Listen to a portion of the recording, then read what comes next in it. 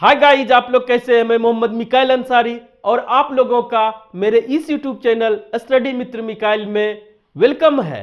दोस्तों, अभी हम लोग इंग्लिश ग्रामर में पढ़ रहे हैं नॉन फाइनाइट वर्ब। ठीक है दोस्तों, अभी हमारा चल रहा है नॉन फाइनाइट वर्ब, जिसमें एक क्लास हो चुका है, जिसमें हम लोगों ने देखा कि नॉन फाइनाइट वर्ब क्या होता है और फाइनाइट वर्ब और नॉन फाइनाइट वर्ब में क्या डिफरेंस है और साथ ही साथ कितने टाइप्स के होते हैं नॉन फाइनाइट वर्ब। तो आज दोस्तों उसी में से देखेंगे, एक टाइप होता है जेरंड। तो आज का हमारा टॉपिक होगा जेरंड। तो दोस्तों, अगर जेरंड से रिलेटेड आपको कोई भी कंफ्यूजन होता है तो आप इस वीडियो को लास्ट तक जरूर देखें, आपके सभी कंफ्यूजन्स क्लियर हो जाएंगे। और हाँ, अगर इस चैनल पे नए हैं और इस वीडियो को पहली बार देख रहे हैं तो इस वीडियो को लाइक के साथ साथ इस चैनल को भी सब्सक्राइब करें। और रिक्वेस्ट है कि जो एक वीडियो बना हुआ है इसके पहले उसे जरूर देख ले दोस्तों। तो आइए अब शुरू करते हैं। तो हमारा चल रहा है जो वो है नॉन फाइनाइट वर्ब। ठीक है दोस्तों, जिसे एक और नाम दिया जाता है, वो भी चाहे तो याद कर सकते हैं अगर कहीं कोई बोलता है तो, वर्ब एडवांस। ठीक है, इतना आप दिमाग में रख लें। तो पहली बात कि हम लोगों ने देखा फाइनाइट और नॉन फाइनाइट वर्ब क्या होता है, वो भी बीच में आ ही जाएगा, वो भी हम लोग फिर से रिवाइज कर लेंगे। जिसका टाइप्स में देखे हम लोगों ने, इसके 3 टाइप्स के होते हैं। तो पहला, या कहिए एक, कोई भी आगे पीछे पढ़ सकते हैं, लेकिन यह है कि जब भी नॉन फाइनाइट आप पढ़ें दोस्तों तो वो टेंस पढ़ने के बाद ही पढ़े तो आपको अच्छे से क्लियर हो जाएगा। तो ठीक है, तो आज का इसी में से एक टाइप है जिसे हम लोग बोलते हैं जेरंड। वो हम लोग आज पढ़ेंगे। ठीक है दोस्तों, ये होता क्या है सब कुछ देखेंगे। और आज इस वीडियो में थोड़ा छोटा रहे इसलिए इसके बेसिक कंसेप्ट्स को क्लियर करेंगे, और नेक्स्ट वीडियो में इसके एडवांस कंसेप्ट यानी बेसिक से थोड़ा ऊपर जो कि कंपटीशन लेवल में आता है वो क्लियर करेंगे। तो आपको जेरंड में कोई भी कंफ्यूजन नहीं बचेगा। लेकिन पहले आज का वीडियो या आज का कंसेप्ट क्लियर होना जरूरी है। ये क्या होता है दोस्तों, ये इसका पहले तो स्ट्रक्चर पहले वीडियो में से कर चुके हैं। अगर V1 प्लस ing रहे तो वो जेरंड होता है। ठीक है, और ये काम करता है किसका, एज अ नाउन। ठीक है, इतना तो जनरल बातें थी। अब बात ये आती है कि क्या वर्ब का फर्स्ट फॉर्म प्लस ing सिर्फ जेरंड का काम करता है या नाउन का काम करता है कि और कुछ करता है। तो उसको पहले क्लियर कर लेते हैं, फिर जेरंड को अलग से पढ़ेंगे। तो सबसे पहली बात दोस्तों, अगर आपको V1 प्लस ing मन में आता है तो आपको ये लगेगा कि ये तो वर्ब है। ठीक है, वाकई ये वर्ब है, लेकिन दोस्तों ये 3 तरह का रोल प्ले कर सकता है इंग्लिश लैंग्वेज में। ठीक है, कोई कंफ्यूजन नहीं, 3 तरह का। जैसे ये एक नाउन के तरह भी यूज हो सकता है, और जब ये नाउन के तरह यूज होगा तो इसे हम लोग जेरंड बोलेंगे। क्लियर, कोई कंफ्यूजन नहीं। दूसरा दोस्तों, ये एडजेक्टिव के तरह भी यूज किया जा सकता है, जिसे बोलते तो है past present participle, present participle. और दोस्तों तीसरा, जो आप पहले से जानते हैं कि ये वर्ब का काम तो करता ही है, जो कि ऐसे इसका नाम की बात करें तो ये प्रेजेंट पार्टिसिपल ही कहलाता है, लेकिन वर्ब का दिखाता क्या है, वो एक्शन दिखाता है। और कैसा एक्शन दिखाता है? कॉन्टिन्यूअस, यानी कि प्रोग्रेसिव एक्शन को दिखाता है।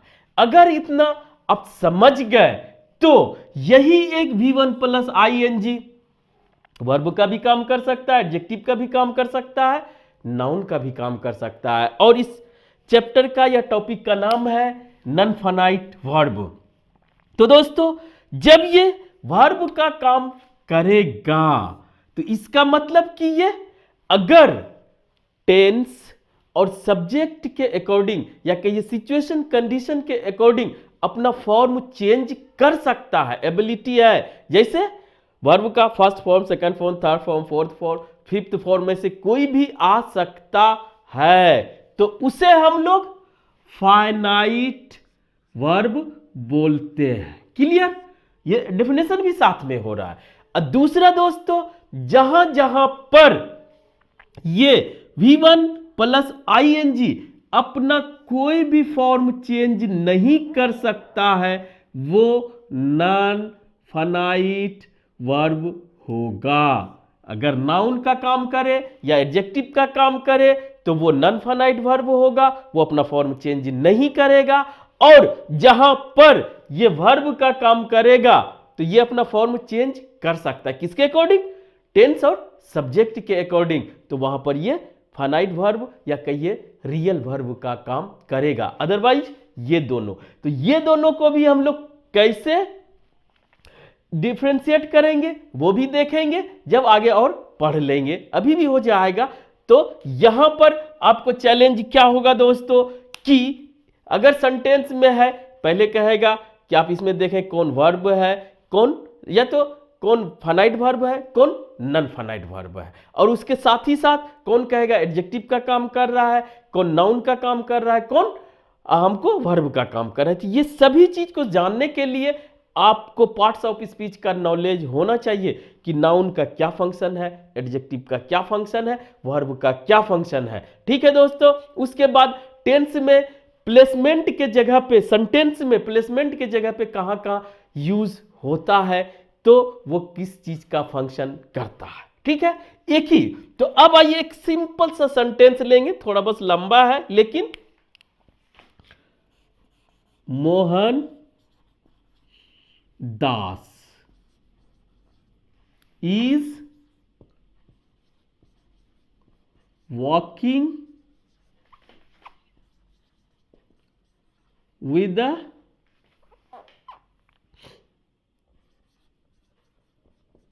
walking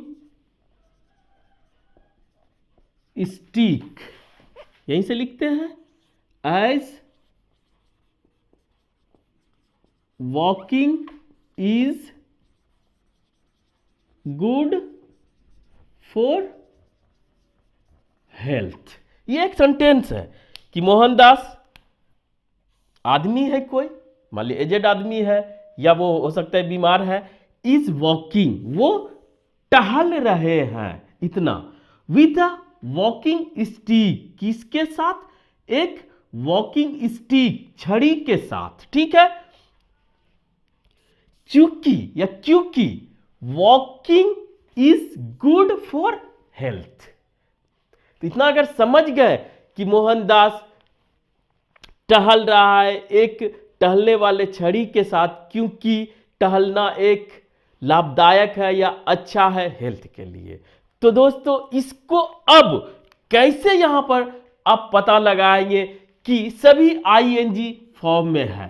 ठीक है? कैसे पता लगाएंगे कि कौन नाउन है, कौन एडजेक्टिव का काम कर रहा है, कौन वर्ब का काम कर रहा है। तो ये आपको पार्ट्स स्पीच अगर पढ़े हैं तो आपको पता चल जाएगा। उसमें से आप खोज लेंगे ये दोनों होता है, जब नाउन या एडजेक्टिव का काम करेगा नॉन फाइनाइट वर्ब और वर्ब का काम करेगा तो फाइनाइट वर्ब। तो यहां तक देखे दोस्तों कि एक एक्शन दिखा रहा है कि वह टहल रहा है, वह टहलता है। मोहनदास वॉक्स हो सकता है, वह टहल रहा था, मोहनदास वॉज वॉकिंग। तो ये सब चेंज हो सकता है, वह टहलेगा, मोहनदास विल वॉक, तो ये चेंज हो सकता है। तो अगर टेंस या सब्जेक्ट के अकॉर्डिंग ये चेंज होता है तो ये हमारा वर्ब का काम करेगा दोस्तों, ठीक है। और वर्ब का जब काम करेगा तो उसे फाइनाइट वर्ब बोलेंगे। अब आइए दोस्तों, किसके हेल्प से वह वॉक कर रहा है? Walking stick. स्टिक हमारा छड़ी नाउन है और उसके बारे में कुछ विशेषता बताया जा रहा है। तो विशेषता बताने वाला ये एडजेक्टिव होता है और यही walking V1 plus ING adjective का काम कर रहा है। तो ये क्या हमारा हो गया? Non finite verb. क्लियर हुआ दोस्तों? अब तीसरा देखिए, एज। एज यहां से एक कंजंक्शन है, उसके बाद ये एक अलग हमारा स्टेटमेंट है या सेंटेंस का पार्ट है। Walking is good for health. तो वॉकिंग यहां पर क्या हो गया? ये सब्जेक्ट का काम कर रहा है, एक एक्टिविटी दिखा रहा है। ये भी चेंज नहीं हो सकता, ये सिंगुलर माना जाता है, ये एक प्रोसेस है। तो दोस्तों कोई वॉक नहीं कर रहा है, ये एक जनरलाइज फॉर्म जब बताया जाएगा तो यही हमारा नाउन का काम करता है, सब्जेक्ट है और ये नाउन का काम कर रहा है। और क्लियर हो जाएगा दोस्तों। तो अगर वही V1 प्लस ING नाउन का काम करे तो वो हमारा नॉन फाइनाइट वर्ब हो जाता है। अगर आपका इतना कंसेप्ट क्लियर हो गया तो अब हम लोग इसके बेसिक यूसेज को देखेंगे और इसके एडवांस यूसेज को अगले क्लास में देखेंगे। अभी बेसिक देखेंगे जो कि आपके आंख को खोल देगा। तो आइए दोस्तों, पहले इतना अगर समझ गए तो अब आपको क्लियर कंसेप्ट हो गया होगा। अब सिर्फ हम लोग जेरंड पे बात करते हैं। वो क्या है कि ING को जेरंड, लेकिन जब वो नाउन का काम करेगा तभी वो जेरंड कहलाएगा। तो दोस्तों हमारा हुआ, अभी जो पढ़ेंगे हम लोग जनरल यूसेज या सिर्फ यूसेज ऑफ जेरंड। ठीक है दोस्तों, तो पहला होता है, अब थोड़ा स्पीड से भी और समझ के भी देखते रहेंगे दोस्तों, सब्जेक्ट। यूसेज में क्या होगा? सब्जेक्ट ऑफ अ वर्ब या दोस्तों कहे कि सेंटेंस। ये पहले तो ये आपकी नाउन है, ठीक है, और सब क्लियर हो जाएगा। नाउन है तो नाउन क्या काम करता है ये आपको जानना पड़ेगा। सब्जेक्ट भी बन सकता है, नाउन ऑब्जेक्ट भी बन सकता है, या दोस्तों ऑब्जेक्ट में दो आ जाता है कि वह वर्ब का ऑब्जेक्ट बने या प्रीपोजिशन का ऑब्जेक्ट बने, और फोर्थ भी है कि वो सब्जेक्ट का कॉम्प्लीमेंट भी बनता है। तो उसी को एक्सप्लेन करेंगे जो कि हमारा बेसिक है, उसके बाद एडवांस बाद में देखेंगे। तो सबसे पहले सब्जेक्ट बन सकता है कैसे? जैसे उसमें देखें, वॉकिंग इज गुड, किसके लिए? For health. ये एक कंप्लीट सेंटेंस है वॉकिंग। तो यहां पर क्या हुआ दोस्तों? दूसरा भी ले लेंगे, swimming is good for health. इतना निगेटिव भी बन सकता है, smoking is not good for health. ये सब जो आप देखते होंगे कहीं भी लिखा हुआ V1 प्लस ING के फॉर्म में, तो पहली बात कि ये हमेशा सिंगुलर इसे माना जाता है। ये जनरल है, एक्टिविटी दिखाता है, कोई कर रहा है वो नहीं, जनरल दिखाता है। और सिंगुलर है इसलिए उसके बाद सिंगुलर वर्ब आता है, चाहे वो पॉजिटिव स्ट्रक्चर हो, निगेटिव स्ट्रक्चर हो या इंट्रोगेटिव होगा तो इज निकल जाएगा। ठीक है दोस्तों, ये हमारा हुआ। तो ये सब्जेक्ट बन सकता है। अब आप सब्जेक्ट खोज लेंगे, कहेगा ये क्या है, तो ये आपको पहले तो सब्जेक्ट, उसके बाद आप बोलेंगे जेरंड है।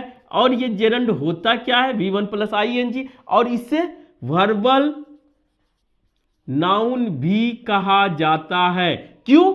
कि ये वर्ब से डिराइव्ड करके बनाया जाता है। ठीक है, इसमें अब आइए जो बहुत ही अच्छा कंसेप्ट है, जैसे एक लेते हैं सिंपल सा, राइटिंग इज माई हॉबी। लिखना मेरा हॉबी है। लेकिन दोस्तों अगर एक है तब तो कोई दिक्कत नहीं, लेकिन अगर कोई लिखता है writing blogs is my hobby.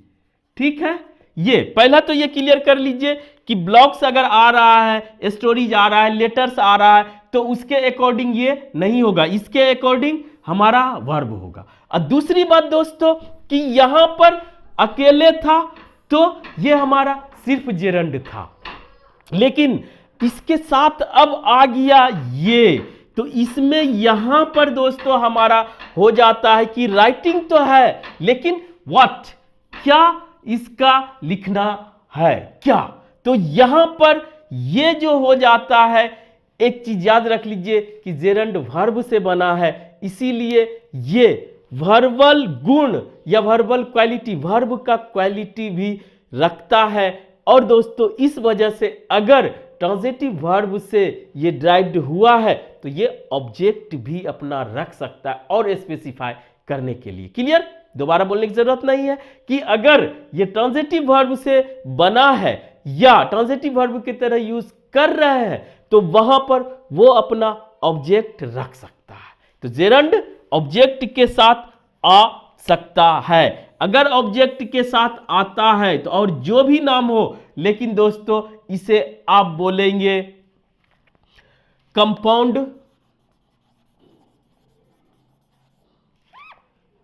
Gerund. ये एक याद कर ले कि दो वर्ड से है कंपाउंड जेरंड, और ये इसका वर्ब, इसका हमारा ऑब्जेक्ट है। इतना अगर ये पहला क्लियर हो गया तो अब दोस्तों आपको बहुत ही आसान हो जाएगा। दूसरा क्या है हमारा,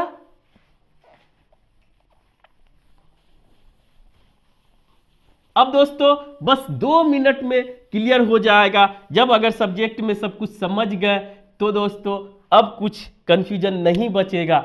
दूसरा हमारा हो जाएगा ऑब्जेक्ट,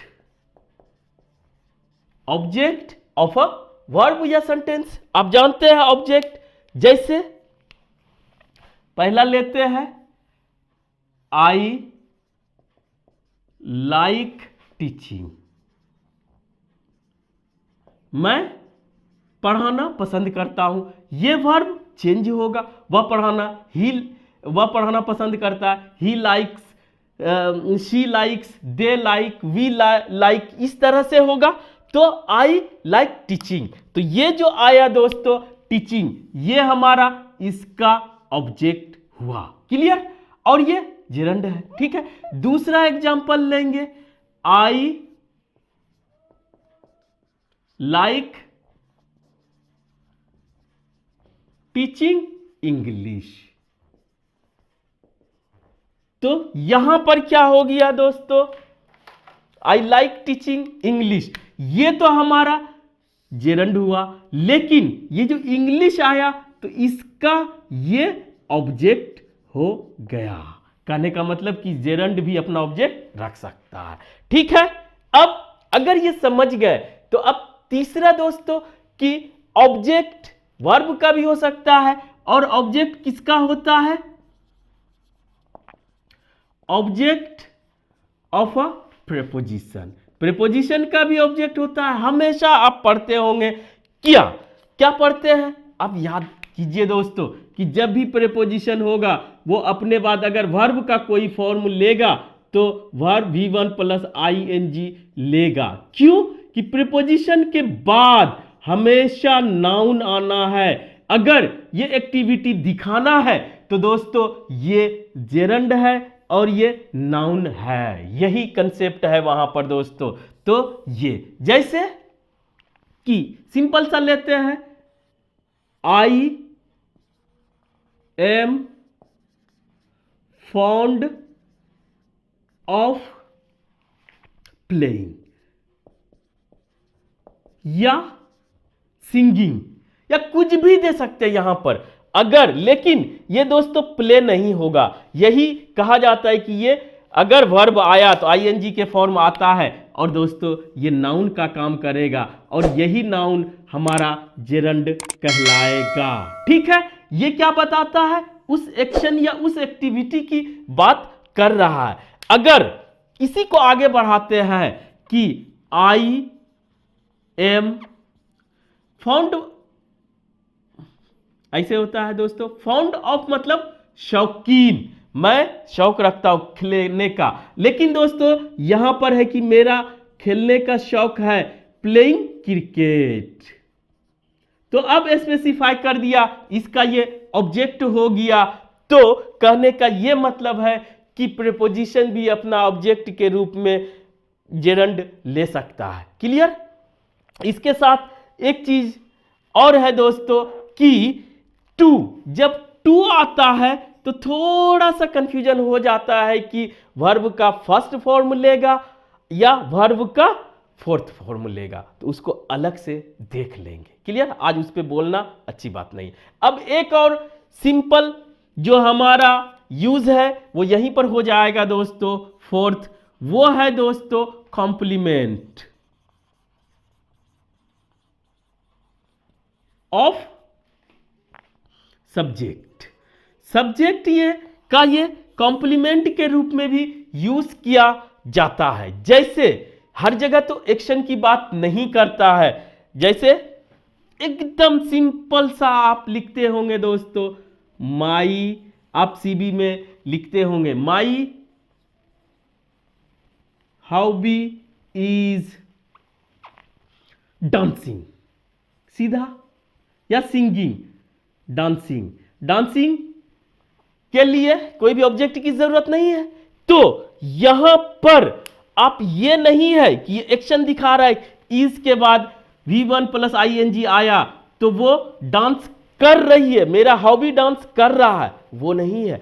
ये स्टेटिव वर्ब है, ये ING और V1 प्लस ING उसका स्टेट बता रहा है, यानी कि स्टेट जो भी बताता है वो हमारा कॉम्प्लीमेंट होता है। ठीक है दोस्तों? तो अगर इस तरह का रहे helping verb plus V1 plus ING तो हर जगह पे आप ये नहीं समझेंगे कि वो एक्शन कर रहा है, वो आपको देखना है। ठीक है कि अगर ये स्टेटिव वर्ब है तो ये हमारा स्टेट बताएगा और ये इस हॉबी का कॉम्प्लीमेंट होगा जो सब्जेक्ट है। इसमें भी वो हो सकता है कि